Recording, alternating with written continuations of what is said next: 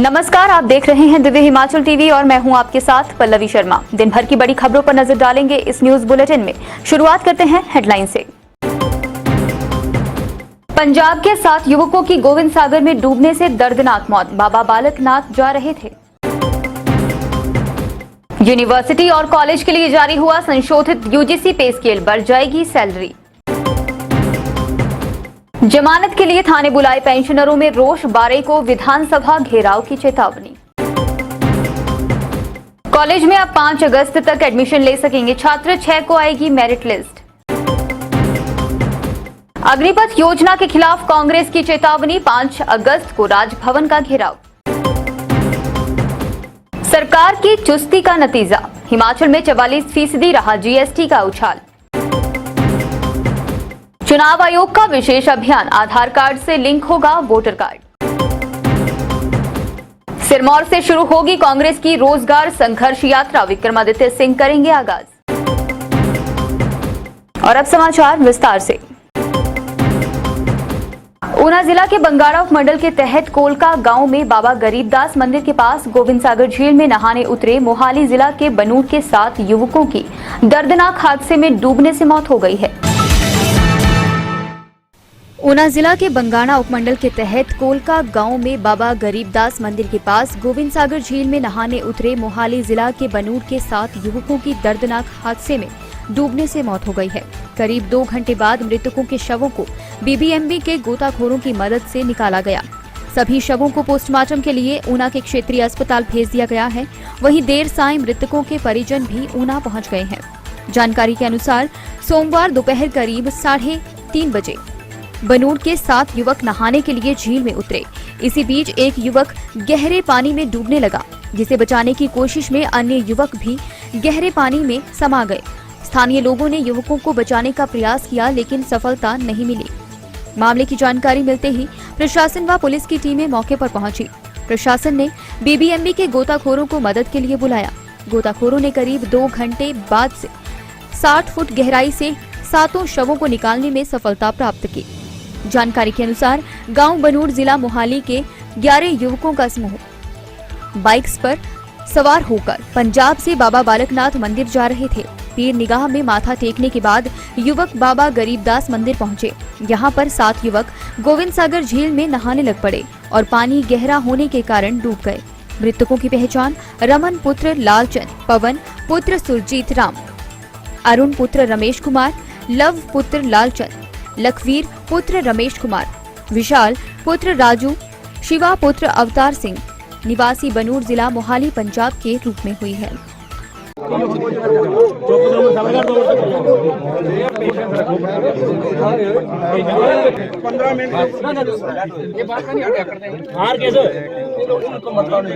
सात dead body पानी से निकाली है। अभी इनको फर्दर जो है पोस्टमार्टम के लिए सर, इनके परिजनों को सूचना दे दी गई है। इनके परिजनों को सूचित कर दिया गया है,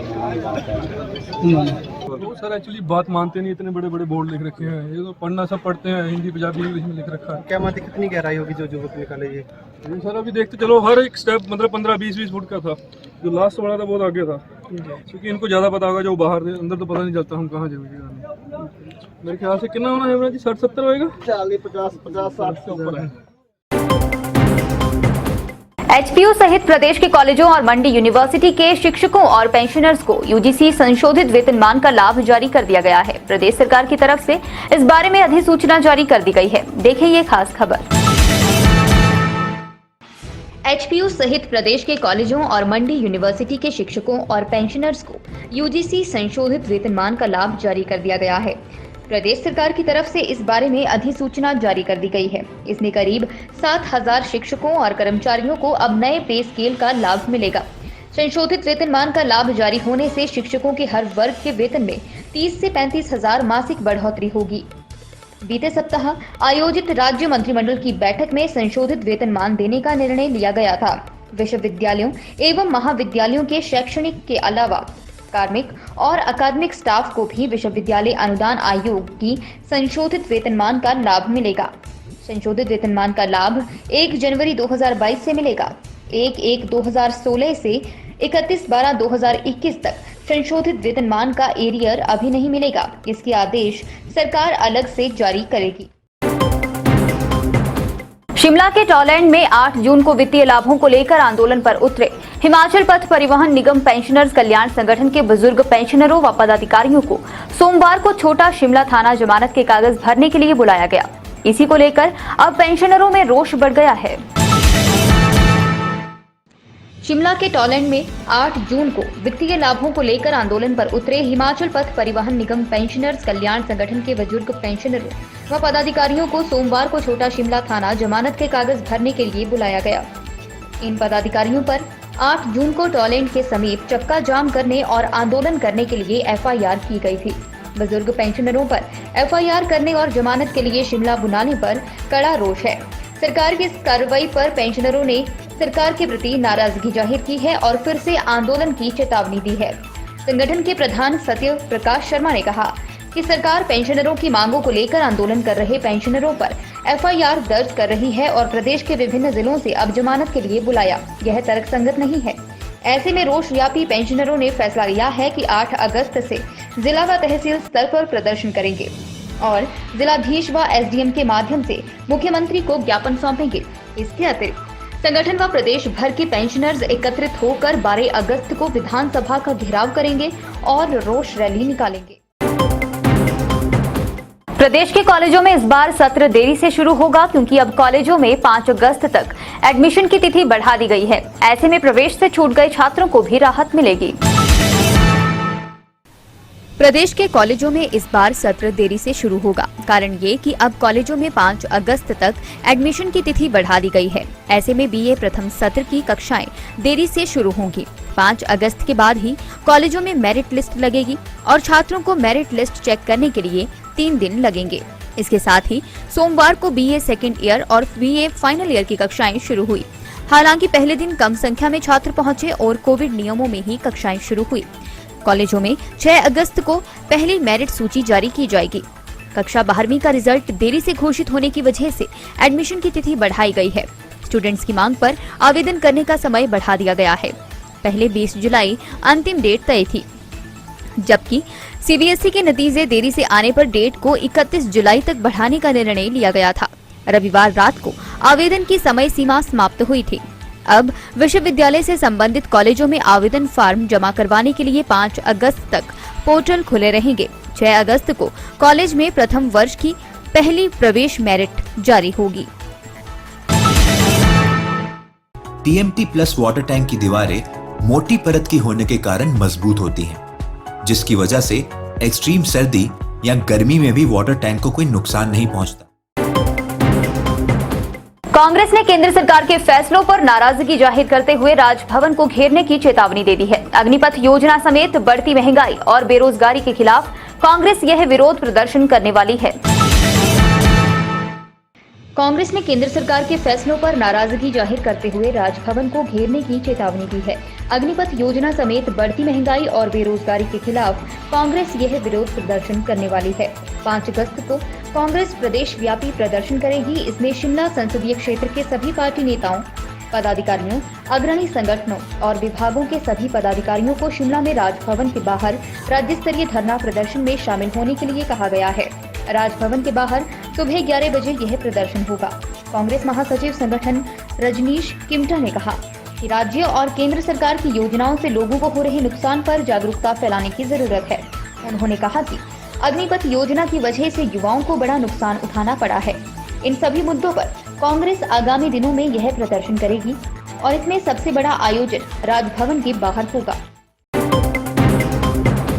इस वित्त वर्ष के प्रथम 4 माह में प्रदेश में वस्तु और सेवा कर कलेक्शन में 44% की वृद्धि दर्ज की गई है। जुलाई माह में 472 करोड़ रुपए जीएसटी संग्रहण किया गया है। विस्तार से देखिए ये रिपोर्ट।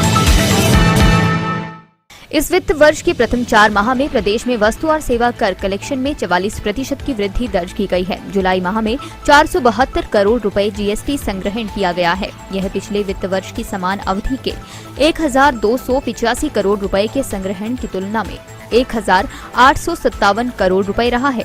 यह वृद्धि करदाताओं में कर अदायगी संबंधी अनुपालना में सुधार और विभाग के उठाए गए विभिन्न प्रशासनिक और नीतिगत प्रयासों तथा प्रवर्तन प्रणाली के सुदृढ़ीकरण से संभव हो पाई है। इस वृद्धि का दूसरा मुख्य कारण पिछले वित्त वर्ष की अंतिम तिमाही में जीएसटी रिटर्न संबंधी छूट है। विभाग ने वर्तमान वित्त वर्ष में लगभग 25% की वार्षिक वृद्धि का लक्ष्य निर्धारित किया है। रिटर्न फाइलिंग में लगातार सुधार, रिटर्न की तीव्रता से जांच, जीएसटी ऑडिट को समय पर पूरा करना और मजबूत प्रवर्तन विभाग के लिए लक्षित क्षेत्र बने हुए हैं। Divya Himachal presents dance Himachal dance season 8 brought to you by Earn University. Grand finale on 6 August 2022 at Government Degree College Dharamshala Auditorium. Grand finale की जज होंगी Mansi Pathare, senior trainer from Terence Lewis professional training institute.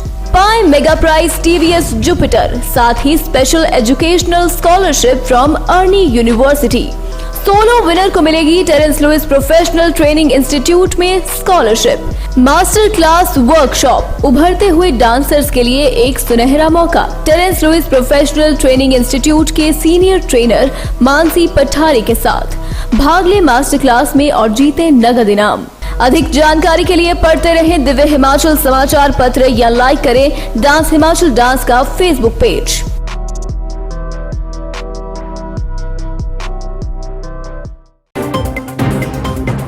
केंद्रीय चुनाव आयोग के निर्देशानुसार हिमाचल में आधार नंबर को वोटर कार्ड के साथ लिंक करने की मुहिम आज से शुरू हो गई है। देखें ये कैसे होगा। केंद्रीय चुनाव आयोग के निर्देशानुसार हिमाचल में आधार नंबर को वोटर कार्ड के साथ लिंक करने की मुहिम आज से शुरू हो गई है।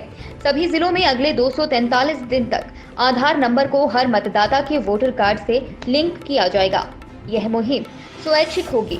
जो व्यक्ति आधार को वोटर कार्ड से लिंक नहीं करना चाहेगा वह ऐसा करने के लिए स्वतंत्र होगा। आधार नंबर लिंक नहीं करने वाले व्यक्ति के पास भी मताधिकार के अधिकार पहले की तरह ही होगा। आधार नंबर को वोटर कार्ड से लिंक करने के पीछे की मंशा फर्जी वोटिंग और चुनाव गड़बड़ियों पर रोक लगाना है। इस मुहिम के अंतर्गत चुनाव विभाग सभी मतदाताओं के घर घर जाकर परिवार से जुड़ी तमाम जानकारी जुटाएगा।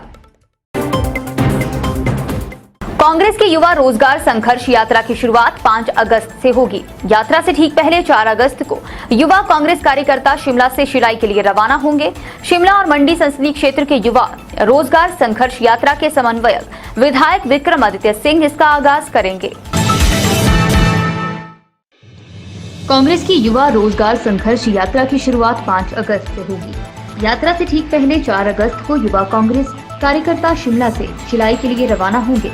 शिमला और मंडी संसदीय क्षेत्र के युवा रोजगार संघर्ष यात्रा के समन्वयक विधायक विक्रमादित्य सिंह इसका आगाज करेंगे। पहले चरण में 5 अगस्त से इस यात्रा का जिला सिरमौर की विधानसभा क्षेत्र शिलाई के कफोटा से आगाज होगा।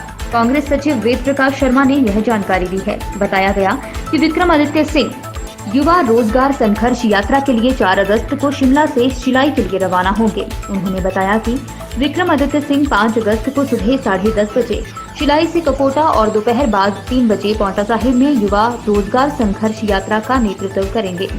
6 अगस्त को विक्रमादित्य सिंह सुबह 10:30 बजे नाहन और दोपहर बाद 3 बजे रेणुका जी में युवा रोजगार संघर्ष यात्रा का नेतृत्व करेंगे। 7 अगस्त को सुबह 10:30 बजे पच्छाद और दोपहर बाद 3 बजे सोलन। 8 अगस्त को दोपहर बाद 3 बजे दून और 9 अगस्त को सुबह 10:30 बजे नालागढ़ और दोपहर बाद 3 बजे कसौली विधानसभा क्षेत्र के गड़खल में युवा रोजगार संघर्ष यात्रा का नेतृत्व करेंगे। चलते चलते में कुछ और बड़ी खबरें। श्रावण अष्टमी नवरात्र मेले के चौथे दिन 92,500 श्रद्धालुओं ने नवाया शीश। शक्तिपीठों में तीसरे दिन 46,36,000 का नगद चढ़ावा।